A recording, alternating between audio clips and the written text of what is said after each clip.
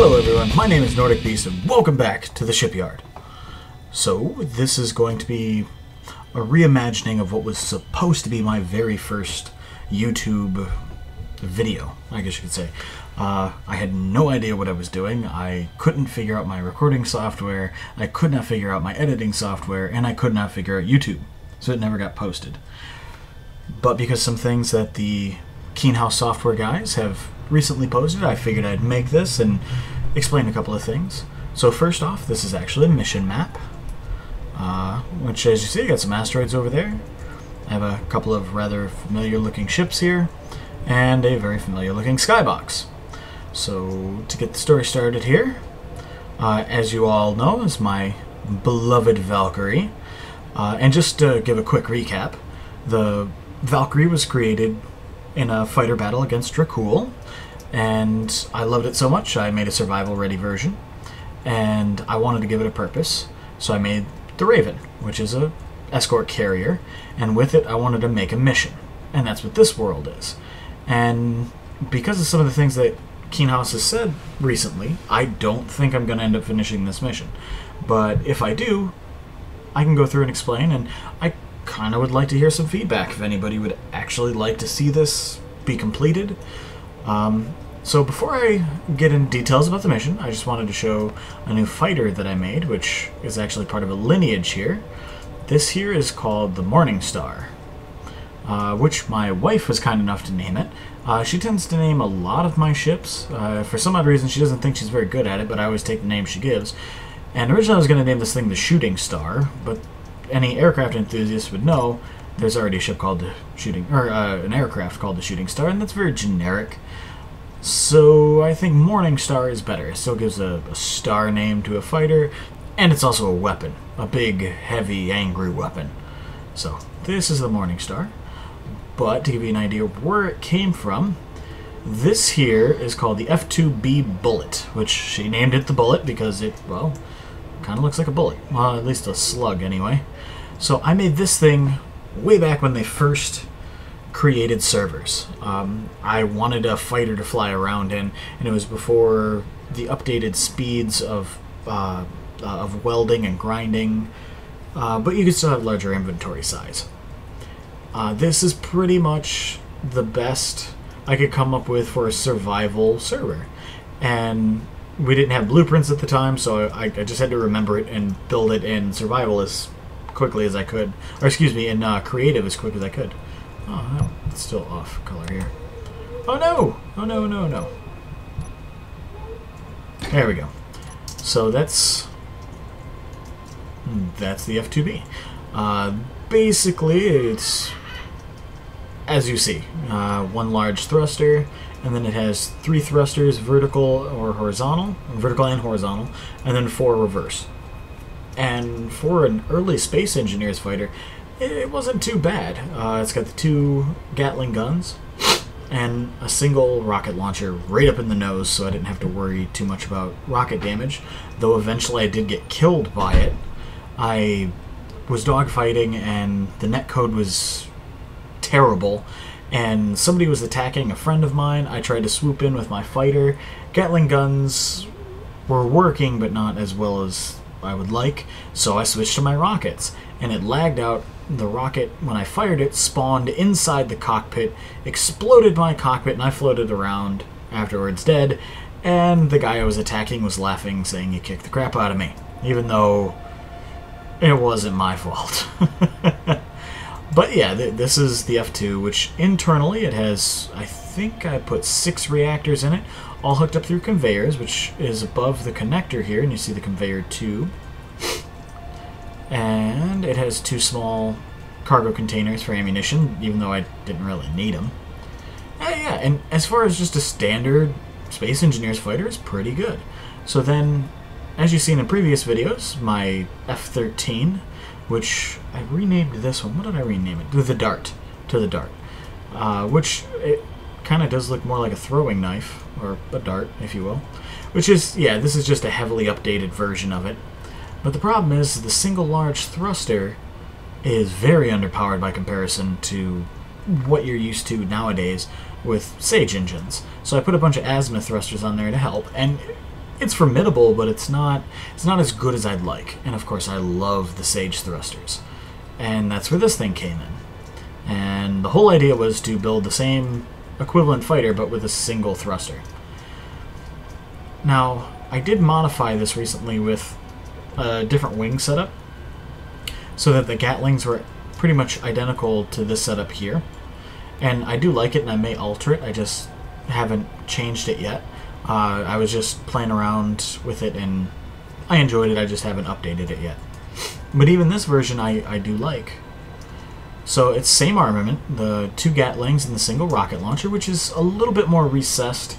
And you can see over on the Dart, it's the same way, because the code has definitely gotten better. And I also carry a mod that spawns the rocket several blocks further forward. So it's far less likely to hit you. I haven't, even on the Valkyrie here, which is you see how far back the rocket pods are, and this thing flies and strafes like a bat out of hell, I have never hit myself with rockets.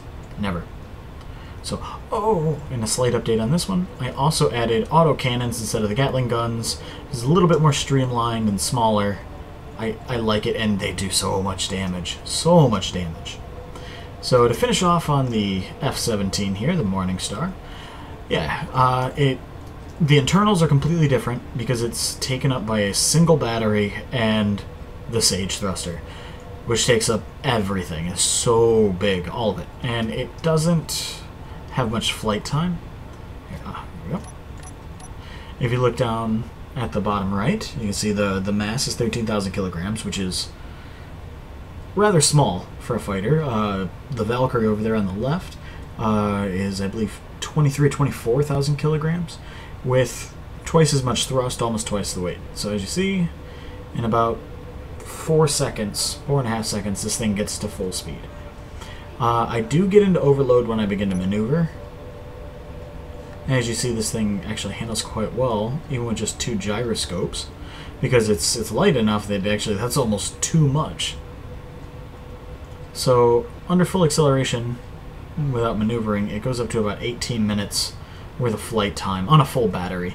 It also, underneath, let's see here, where is it? Right there, right next to the conveyor, there is actually a small reactor. It's basically a jump start reactor. So you can get, like, after you build the ship, you can get it from point A to point B, which would be a power source to charge that battery. Or, in case of an emergency, you have uranium in it to charge the battery if it gets too low. So, but 18 minutes is more than enough. You basically can accelerate to your full speed in 4 seconds, drift to your target, and then you have 18 minutes of flight time once you're there. More than enough. And it handles, I think, just well enough that even novice pilots could fly this thing without problem. So yeah, that is my new fighter, and I really like that one. You'll probably see it in future videos if I do missions and such. Alright, let's get on to this mission. We'll go ahead and grab the Valkyrie for this. So as I stated before, made the Valkyrie, made the Raven, and it was for this mission. And the idea was a moon that got too close to a gas giant, and the gravitational tides broke the moon, so it shattered and elongated. I tried to find something on the workshop that would be the equivalent of a broken moon, basically. I could not find anything that I liked, so I just used the vanilla parts, and this is what I ended up coming up with. Okay, yeah, that's right. Not good. So yeah, the asteroids are all vanilla, set up in a design that's roughly to look like a broken moon, and the idea is inside the asteroid is raiders or pirates, and the Raven was sent with its complement of Valkyries to take out the remnants. And like I said, there's not much in here right now because I haven't built all that much, so there's not too much spoilers. But for example, this one right here is just a Gatling turret, antenna, and conveyor tube. And as you would go deeper into the broken moon, you would actually find harder and harder bases and such to fight. For example, this right here is a small hangar bay. It's got an F-13 in there and even a missile turret on top. So, as you see here, as I get through here, be warned, there is a bit of a frame rate drop, or like more of a slowdown It's happening right here. With the big asteroid and all that. Oh jeez. Oh jeez, don't crash. And then once I get out, you'll notice it's fine. So eventually the idea was to put a base in here, maybe even a large ship, and I even had auto mines in here that would target ships and come after you. And at first I had lots in there, and I decided I didn't like them after putting them in, so I started hunting them down, which the ones out in the open were easy prey. But then the ones that were hidden actually turned out to be very hard to detect and then shoot. You had to stop and try and hit them, and that gave them time to actually come get you. And I actually lost quite a few Valkyries that way. And originally the Raven was supposed to come through and you weren't allowed to change her course at all. And so you had to take them out. So perhaps if I do end up finishing this, I will add exactly those, I'll put those back in. Just for a little added extra threat. But now where Keenhouse comes in, they were talking about adding AI. In fact, they're in their earliest prototype stages right now. And they're also talking about adding exploration mode. And with exploration mode, I have a feeling that a lot of these missions will become obsolete. Some of the more specific ones, I mean, perhaps people will be interested in. But I don't know. That's just my theory on it. I'm curious to see what you guys think. Should I continue this? I mean, I don't want to put the work into it if I don't think anybody's interested in it, and I just don't know where I stand on it, to be honest. I may eventually release the map without everything in it, just as a survival map, because I do find it interesting, and it actually has a little bit of a backstory to it, a purpose. Instead of just cluster asteroids, this actually has a reason for being here. And I'm really happy with the way it looks, even with vanilla asteroids. Like it looks like a broken moon, or at least a smaller moon, such as Phobos from Mars, which is basically a captured asteroid that, yeah. So, I don't know. As I said, post down below, let me know what you think. If you enjoyed the video, hit the like button, or please subscribe, and thank you so much for watching. I'll see you next time. Bye.